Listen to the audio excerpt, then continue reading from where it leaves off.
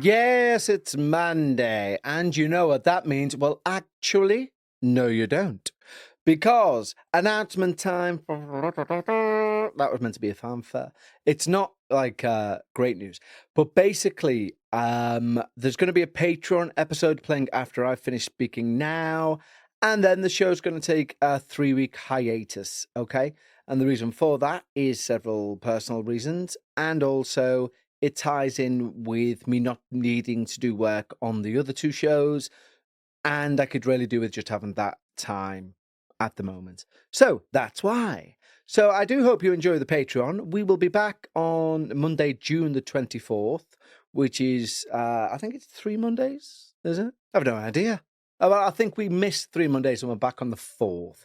But anyway, make sure to be very safe. Take care of yourselves and each other in the meantime and the in-between time. And I will see you all on Monday, the 24th of June. And until then, tatty bye. Live from Liverpool, we need to talk about ghosts. Patreon podcast With Kevin Eustace. How are you? I'm okay. How are you? I'm okay. We're recording a Patreon podcast, a paranormal Patreon podcast, Okay. which is going to air a week today. Lovely. For it's Sunday today. Obviously, tomorrow there's a Patreon episode going out. Tomorrow, oh well, this is in the past. Last Monday there was a Patreon episode going out. And you're just currently doing your nails, aren't you? Well, that's a bit misleading because people would think you meant I was like painting them or manicuring them or something.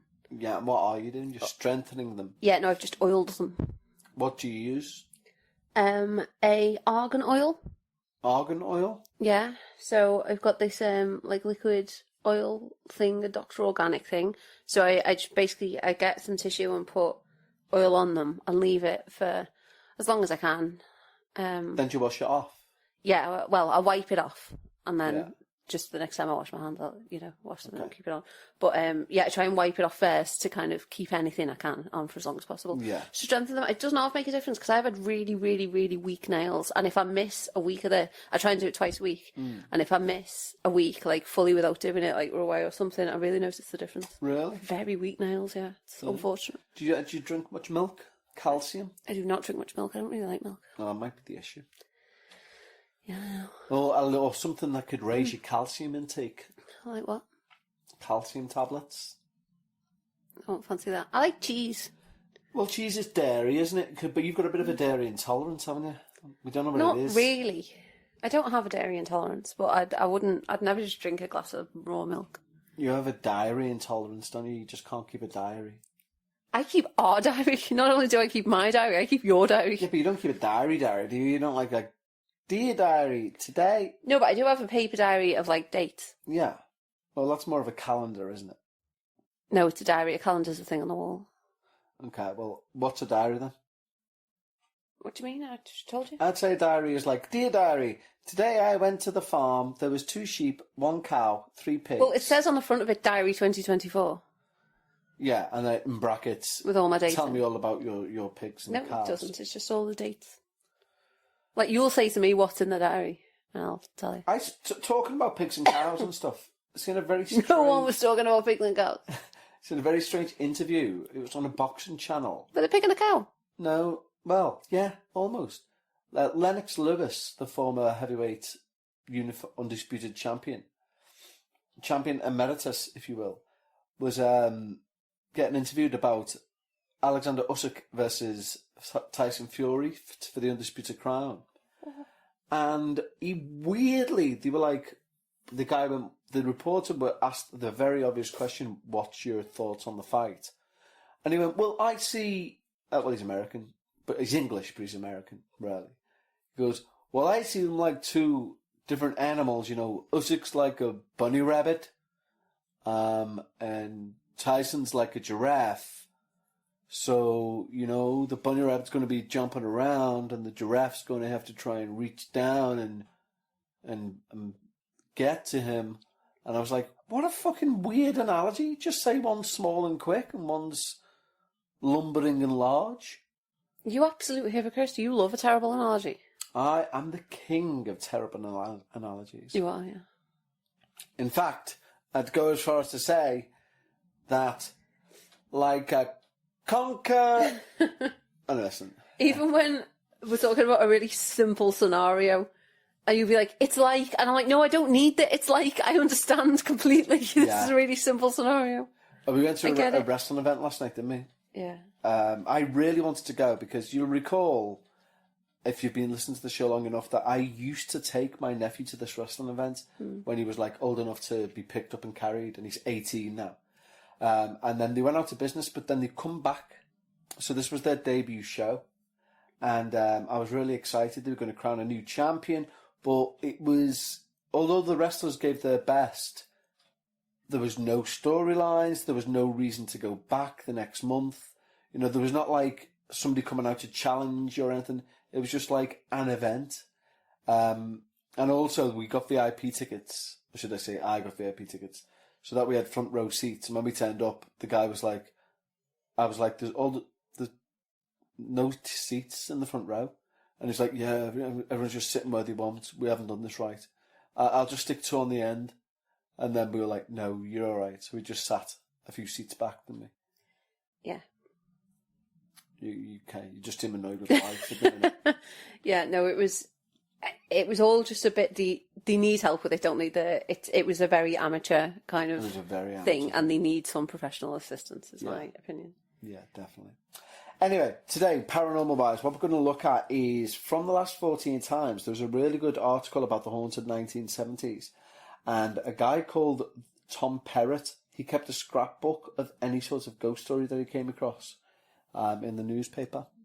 Are you okay? You sound a little bit boxed. Do you need to blow your nose? Yeah, do you need to blow my nose, actually? Do you want to pause this while you do that? Yeah, okay. Because the listeners don't want to hear it. Better? Better. And we've also found out he crushed because it didn't hoover the bathroom floor. Crushed. So, this guy called Tom Perrott, anyway, seems like an interesting cat.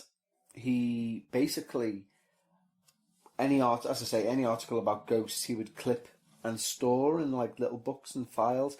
And I love the idea of that. Although we've got the internet, I used to always want as a child to have a printer. Because I would like, even as a kid, like as an 8-year-old, I would have happily like got ghost books out of the library. And when I found my favourite like real story, I would have sat and typed it out, printed it off, and kept it in a filing cabinet. Do you know what I mean? I would have. Like under, like, be it location or poltergeist or type of ghosts. Yeah. And I would have had a little filing system going. And I love the idea of, like, going into a dusty room somewhere and there being not but metal filing cabinets from, like, the 80s. And all A to Z'd. And it'd be like, oh, the haunting of Blinkshire. Yeah, just let me see. And then they pull out a little file and it's got, like, you know. Yeah. I really like that idea. Well, it is an interesting thing because obviously everything's digital now, as you say. And, like, you know, the internet and stuff, I mean, if anyone ever turns off the internet, we're all fucked. Yeah. But, like, when you think, you know, when the phones started doing pictures, Yeah. like, we're going to have at least 20, and now it's looking more like 30 minimum years, of all these photos are just going to be lost on obsolete devices. Yeah, You know what I mean? yeah. There'll be, like, people don't print photos and stuff out anymore, so... You know, like I know I've got a load of photos on some old Nokia whatever thing, you know, and it'll be terrible quality or whatever, but that's what the photos were on. And, you know, we've got a couple of phones knocking around that I'll have loads of photos on that will never be seen again. Yeah, you know, because you used to have to go and get there's something being lost in the beauty of things and the beauty of tangible objects, like CDs and like vinyl records and like filing cabinets full of ghost information. You know, there's something beautiful about that. As opposed to... Also, a lot of shows will be lost to the ether because at the minute, a lot of them obviously, you know, there's a whole streaming thing and they're all on streaming platforms. But when that contract is lost and they're taken away from the streaming platforms, because people have, like, largely they've stopped being released on DVD, there'll be no way of doing it. Yeah. Like, it's all, like, no way for people to see, and it might just be that you can, like, literally, that thing is completely lost, you can never watch it again. Yeah, it's a really good point. But like, there's an interesting thing, I read it somewhere, something about the amount of photographs getting taken, and it was something like in the last 5 years, more photographs were being taken than all the years prior in collectively. You know, because of the abundance of mobile phones. Yeah, well, I can easily believe that because when you If and go I for a want to take meal- one, If we go for a meal, there's 30 photos taken. yeah, not of 30 different things, just normally because you make my arm look fat or, it's a terrible angle. I can't make your arm look fat. Okay, all right, then you get me at an angle in which my fat arm is showing and is not hidden You the don't way I have would a like. fat arm. It's like on flattering. And then sometimes you show me one and you're like, what about this? And I'm like, why would you even... Get it away from me. Get it away. Delete it this instant. Why would you even suggest such a thing? Take it away. You don't have a fat arm. You'd be daft. I wouldn't be with you if you had a fat arm. That's almost certainly true. Well, maybe you would if you had one fat arm like Popeye. I'd be a Would bit- that be better for you? Well, I'd be a bit like intrigued. But, like, Kev, he goes around with Popeye. That girl with the massive arm. With fat one arm back. Fat one arm back, yeah. What's the other one like? No, the other one's fine, yeah. The other one's completely normal. It's just that one big, like, pig's leg she's got on the other shoulder. Isn't a pig's leg quite thin? A pig's leg. Yeah. Is a I pig's leg wasn't fat? looking for a finger. Put it that way. Is a pig's leg fat? Oh my god, what does a pig's leg look like? Well, it must be big because a pig's big. Must It's it not be gonna big? like I chicken. think it's thin. Like picture a chicken. Like you've got a big round chicken with these tiny spindly little legs, isn't it like that? No, Yeah, obviously not some as thin. people still eat the chicken legs, don't they? I'm not being funny, I'm going to have to Google a picture of a pig. Go on Google a picture of pig. And don't forget, pigs taste like human, allegedly. That's right. What do you mean, allegedly? Well, the cannibalistic name for human meat is long pig. Pigs don't have fat legs. Well, that's positively slender. Look at his front leg. Yeah, it's right? positively slender. If you had that as an arm, I'd take that as an arm, happily. would you? Trotters are an arm. Well, I mean, that might be a You bit need opposable impractical. thumbs, wouldn't you? No, you know what? And because of the way the hooves are, it looks like it's very elegant. It looks like they've got little heels. All right, then. If you had an arm like a horse's back leg, A horse's leg is extremely an slender. elephant's leg, an arm like an elephant's leg. Okay. Do you know what? Once my uncle, right? I say my uncle, my great uncle. He used to have genuinely an ashtray that was an elephant's leg. Humans are the worst. They really are. They're like when they say an elephant's leg, like an elephant's foot. Like that had been like. Stop you there. Well, I you know, understand. just mean, like taxidermied, and Yeah. it was an ashtray. An ashtray. Honest to God. Imagine seeing an animal like that and... I'm thinking, let's make an ashtray out of it. Ugh. I know. Anyway, we're ever going to get round to this Fortean Paris? I know. So anyway, my point of it being is that I still, if I win the lottery or something, I become a multimillionaire. I still like the idea of having individual files and individual cases. Like you pull out a little brown piece of paper, open it up, and there's like documents and photos and stuff and things like that. It's just a lot more tangible. If we were millionaires, imagine how much storage I would have. So much storage. Nom, nom, nom. Filled with shite. Clothes. I'd really like a walk-in closet. Like where your shoes are on racks and you've got wardrobes either side. Yeah. I'd really like that. I mean, Loads of space. when you say no, you wouldn't fill it with shite, we are talking about the person who once made me go, I binned a broken umbrella, Wasn't yours to bin. and he told me to go and get it back. Wasn't yours to bin. Because binned you were it in the flirting shop. with some woman. I wasn't flirting with some woman. I said, can I put this in your bin? No, you didn't. She took it off you. She was like, oh, I'll sort that for you. I was like, will you know? My umbrella back. Weird sort of flirting. Is it umbrella flirting? It's all the rage. It wasn't yours to bin. I don't know why you would take it upon yourself to bin someone else's umbrella. Because it was was fucking broken. Yeah, but it was functional. It wasn't perfect, but it was better than no umbrella. Well, it's like saying an empty can of Coke's better than no can of Coke because you can put water in it. Well, if you needed a drinking receptacle, then yeah, it would be better than nothing, wouldn't it? Anyway. If you need Tom something to Paris. keep you dry, a broken umbrella that still covers, where 3/4 of it are still working, is better than no umbrella. Okay, well, Tom Perra covered ghosts from the 1970s, okay? Tom Perrett's scrapbook reveals many ghosts that were up close and personal, okay? Right.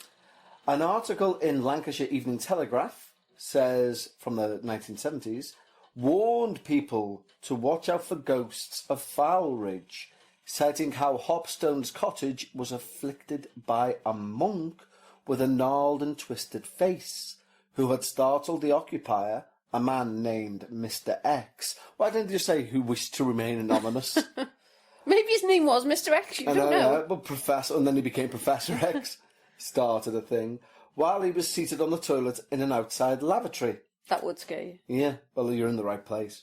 Mr. X was so terrified to be unable to speak or move, while the privacy violated... So terrified as to be unable to speak or move, not...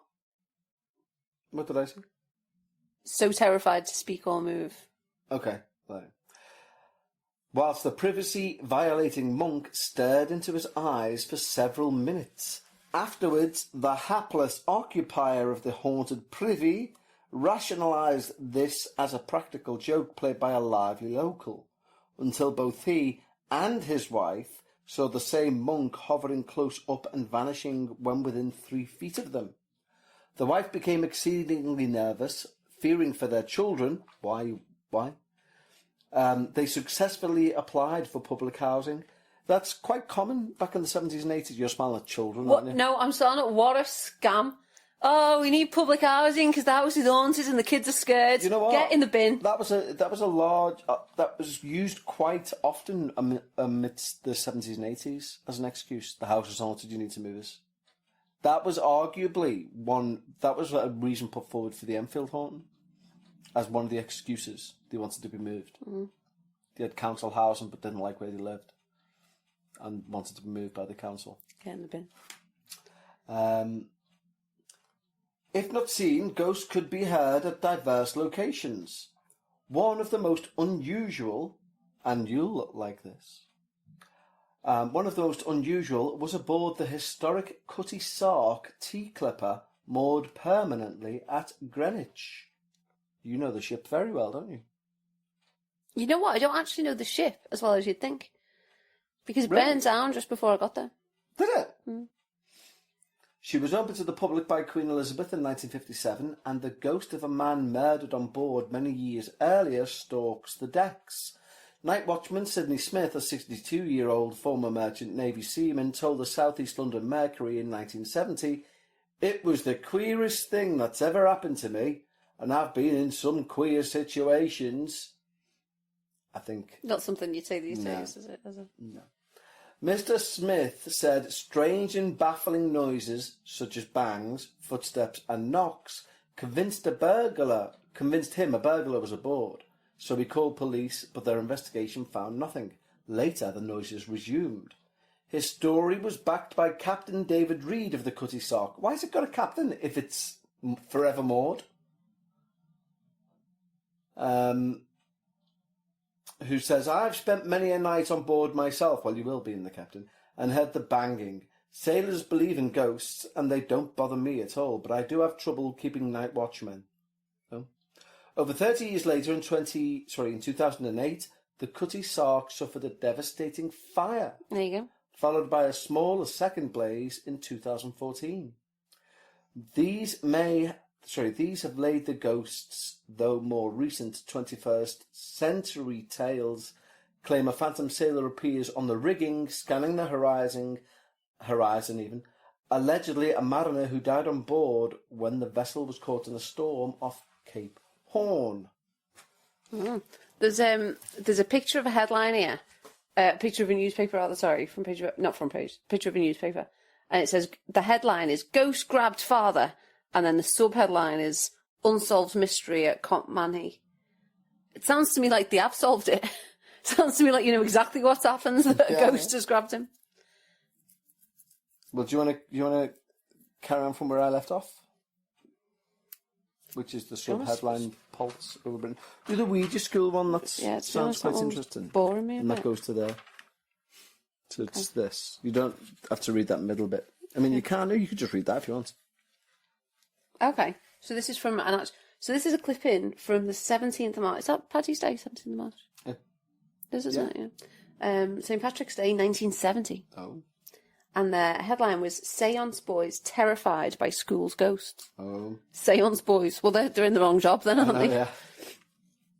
Public schoolboys claim to have made contact with the spirits of a hanged sailor and a 19th century murder victim during the midnight seances at the school. The boys are members of an occult society. Fucking hell. Seriously, you're doing the wrong. Go to debate team or something. They got a name. Formed at Arnold School, Blackpool, a month ago with the permission of the headmaster. With the permission of the headmaster? What school gives permission to form an occult society? Fair fucking Arnold play. School in Blackpool. I'm going to write them a letter. 54 years too late. Well, hopefully it's still going. They claim they contacted two spirits during a night vigil at the school to investigate rumours of ghosts there. The 16-year-old chairman of the society, Peter Roscoe, said he and 8 other boys, aged between 14 and 18, planned to stay from midnight to dawn in the cellar of one building that housed junior school boarders and the headmaster's quarters. But, he said, they left terrified 2 hours later after an evil spirit invaded their Ouija board seance. He said, during the seance, we contacted a spirit. Did he know what they were doing with the Ouija board seance? Was he not expecting to contact spirits? Is that the point? He said, during the seance, we contacted a spirit. It told us that it was a woman who had been murdered by a man with an axe. The man was called Mercer, and the year was 1854. We asked it to make its presence felt, and the room went icy cold. We immediately stopped the seance and said the Lord's Prayer, and the room got warmer again. Again, he literally asked for it. Can you make your presence felt? All right, yeah, icy cold. Oh, shit, no, I don't like this.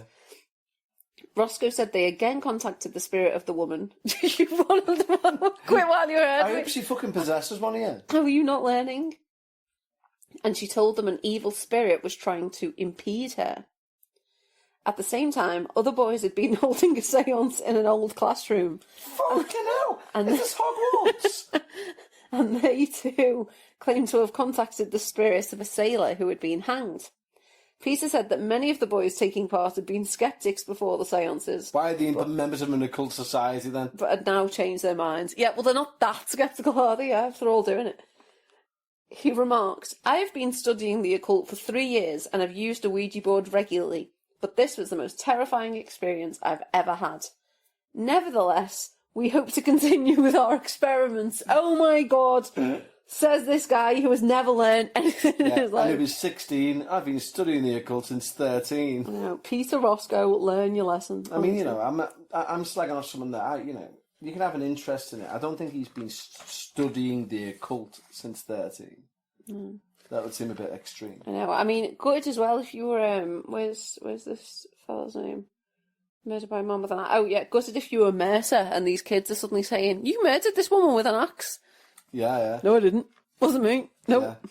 Show us some proof. All right. No, stop showing us proof. And then 5 minutes later, show us some proof. I know. It's also like, imagine, it says the youngest is 14. Imagine being 14. It must be a public school. Because only age 14 can you be a member of an occult society. Do you know what I mean? I had a ghost club. That must have been the working class version. You know what always really bothers me, and this might confuse US listeners, so I will clarify it, that in the UK, a public school is exactly the wrong word for it as a private school. Yeah. So a public school is not a public school. We name a public school what people refer to as, oh, I went to public school. That's actually one that people pay for, and there's usually an entrance exam, very expensive, quite exclusive, like not anyone can go. And then, what are actual public schools called? State schools? Yeah, as secondary moderns. Well, no, because you can have a private. So primary State school, yeah. Yeah, state school.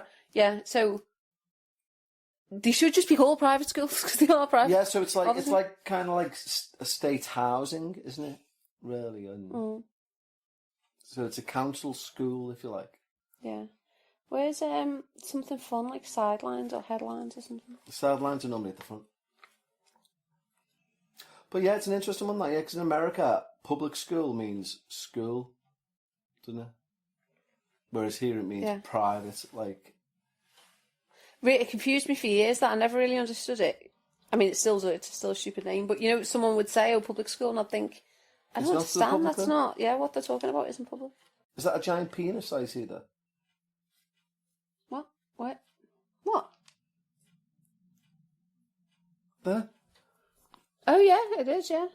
There's one picture on that page. I was trying to find a reference to it. Yeah, the giant phallus that residents of Thailand's Kanchanaburi province believe will bring rain if it's aimed correctly. But it will. Impregnating the sky. What? Does that mean that the rain isn't meant to be rain? Right, we're going to have to read it, aren't we? No, we're going to have to move on, because otherwise it's far too vile for the imagination. Okay. So we're not reading it? I don't know. No. No, in fact, no. It's meant to be a paranormal podcast. I'm going to read about people in Thailand aiming a wooden penis to the sky. Well, and it is a bit paranormal if there's some kind of spiritual beliefs. Anyway. No. All right, okay. Let's read Beaver Dam. An unnamed man in Montmorency County, Michigan, used a large block of tannerite explosive to blow up a beaver dam on a creek that ran through his property. Police, who were alerted by neighbours to the explosion, found that the man had succeeded in flooding both his own and neighbouring properties and arrested him for destroying a beaver dam without a permit, after which he admitted that he did not think about what would happen to the water. To the water! He got rid of a beaver dam and didn't think about what would happen to the water. Yeah. And beavers build amazing dams. Yeah. Like amazing dams. What an idiot. By the way, if you're wondering why that wasn't paranormal, we've moved on to the sideline section of 14 times, where we can, just as we end the show, we can have some lighter stories, which are still a bit strange, which Becca's kindly finding for us. Sunny Delight. Sounds fun. The owners of Stoke Fruit Farm on Hayling Island in Hampshire have asked visitors not to strip naked and pose for photos in their sunflower fields after 6 incidents of public nudity, some in front of children, were reported.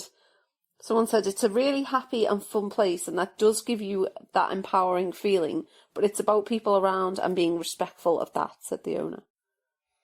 Is it the empowering feeling to be naked? I think it's just the empowering feeling leads to nudity. Yeah, okay. But imagine, there's got to be more to that, because it can't be coincidence that 6 different incidents of nudity happened. I wonder if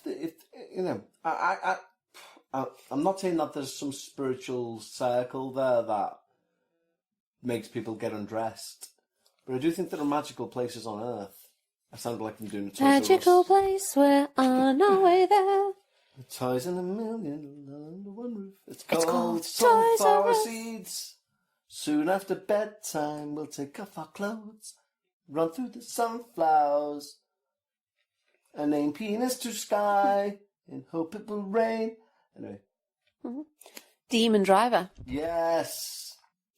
Jan Lepley of Decatur Township, Pennsylvania, was in her kitchen with her cousins when a massive crash shook her house. A car had veered off a nearby road, driven across a pasture, hit an embankment and become airborne, flying over the car in Leppy's drive and embedding itself in a first floor bedroom, missing the family blow. Bloody hell! So was it... See, this is confusing because the US calls the ground floor the first floor, and in the UK we say the ground floor and then the first floor is the second floor. Maybe the family were in the basement. Yeah, well, I do agree with the US's way of doing it, coincidentally, but in this case, it's not clear whether it was upper floor or actually on the ground floor. Anyway, police found that the driver, Evan Thomas Miller, 20, had crashed deliberately as he believed he was seeing demons and was one himself. Wow. He growled at officers on the scene and later bit a hospital security guard on the leg, earning himself multiple charges. Not earning himself mental health help, no. Himself charges, right, okay. But also, interestingly, why... the police should have someone like me on call, so they can say, there's a guy who reckons he's a demon. So I can come out and be like, what makes you think? And then I don't know why I'd make the suggestion. I'm qualified enough to say, I think we need a priest or a doctor. Do you know what I mean? Yeah, I think they just need a doctor. You'll like this one. It's not that paranormal, but it is fun. So Craig Everett, 33, led a gang that tried to blow up ATM machines across the West Midlands to steal cash. So this is in the UK. They failed in every one of their 6 attempts, And during the final one, Everett accidentally pocket dialed 999 on his phone, giving the police a complete recording of proceedings. They traced the number, matched the recording to CCTV from the site, and arrested all 4 would-be thieves. Amazing. How do you accidentally... In fact, you know what? I've done it myself. I have once pocket dialed the police. And in fact, it wasn't an accidental pocket dial of the police. There's a thing on an iPhone where if you hold down a certain button for so long, it does an emergency call. Yeah, and it doesn't have to be unlocked at the time. Yeah. And I'd done it. It was in my pocket. And it just, like, my Spotify stopped. And it went, hello, emergency services. And I was like, what? And I pulled my phone out and I was like on a call to them. I was like, I'm really sorry. I said, I don't know how I've done this. They're like, that's okay. This happens quite often. Yeah. Imagine, I mean, the chances. I love how they failed as well, all of them. But he's still on there. What a clown. What a clown. There used to be where the little village I'm from in Huyton, where my dad still lives, there was a spate in the 90s, early 2000s, of if there was a work site, people would be very careful with the JCBs because there was a gang of criminals who were going around stealing JCBs and using them to just literally lift out ATM machines out of buildings. And it's surprising. You know what? The thought of this terrifies me, but because you'd always think, well, we've got the police. We're all right. But you'd be surprised just how few police there are.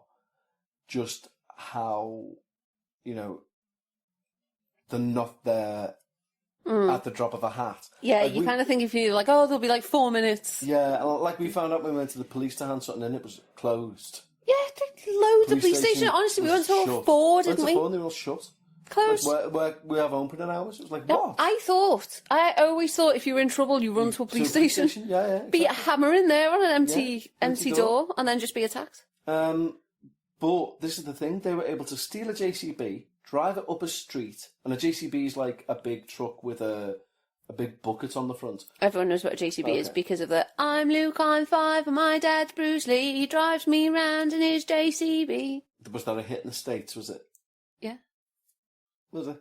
It was a hit everywhere. Okay. Global phenomenon. Anyway, drive it right up the street, drive down a high street, smash it through the brick wall of a bank, scoop up the ATM with all the cash in, and drive off. And during all that time, although the police would have been rung, they would have been that far away, or dealing with whatever else. Honestly, wouldn't be that far away in JCB though, would you? I think there's about maybe 1 police officer per 1,000 people. Mm-hmm. Yeah. But we assume a blanket of safety. It's an interesting thing. Which is why if it kicks off, it's going to kick off. If it kicks off. I'm going to divert you here to Phone Phantom. Okay. We'll make this the last one because we're on 34 minutes. Diane Key, 80, of Horsted, Norfolk, claims she's being tormented by a haunted phone. Ooh. After having to transfer over 300 contacts manually, she found that the torch on her new Motorola G13 phone started to switch itself on at the same time every night. Then all the texts started coming through, every blooming minute, she says, as thousands of repeated texts arrived each day. It's like it's haunted. Things like that scare you at my age, she says, and has reverted to using an old phone while appealing to Tesco to take the Motorola back and release her from her contract. I love that. Things like that scare you at my age. But not knowing how to use a phone. Well, if you thought it was haunted, then it would scare you anyway. I mean, it's probably because it's like, there's a automatic way of doing this. Why is she entering 300 pieces of information? Right, just fucking flash her. And also, as she's entering them, it's probably updating. She's fucked up there. Well, yeah, but she's 80. So, you'd think someone would give her a hand, wouldn't you? Yeah, you would actually, yeah. They should have done it in the shop. Yeah, they should have done it in the shop. Boom, Shame on you, Tesco. And on that, such nerds. On that suing bombshell, we shall say tatty bye. Bye, everyone. Bye, guys.